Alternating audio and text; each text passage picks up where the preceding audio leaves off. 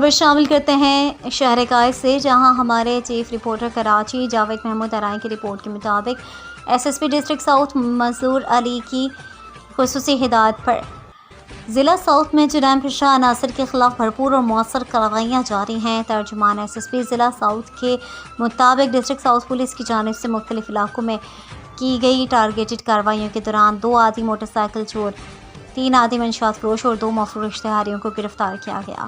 کارروائیوں کے دوران ملزمان کے قبضے سے 2 موٹر سائیکل، 2 مسروقہ موٹر سائیکلیں اور 1050 گرام چرس برآمد کی گئی۔ ملزمان کو تھانہ ڈیفنس کلفٹن پریڈی اور بورڈ بیسن کے حدود سے گرفتار کیا گیا۔ گرفتار ملزمان کی شناخت درج ذیل ناموں سے ہوئی ہے: محمد بلال ولد عبدالعزیز، محمد حسین ولد سجاد، محمد عرفان ولد زعفران، فرحاد شاہد سمیر اور ساتر سزا الدین ولد فضل غنی، جبکہ مفرور اشتہاریوں کی شناخت زید فاروق ولد فاروق اور شانی ولد چاکر خان کے نام سے کی گئی ہے۔ گرفتار تمام ملزمان پیشہ ور اور عادی مجرمان ہیں، جنہیں مخصوص معلومات کی بنیاد پر کی گئی کارروائیوں میں گرفتار کیا گیا۔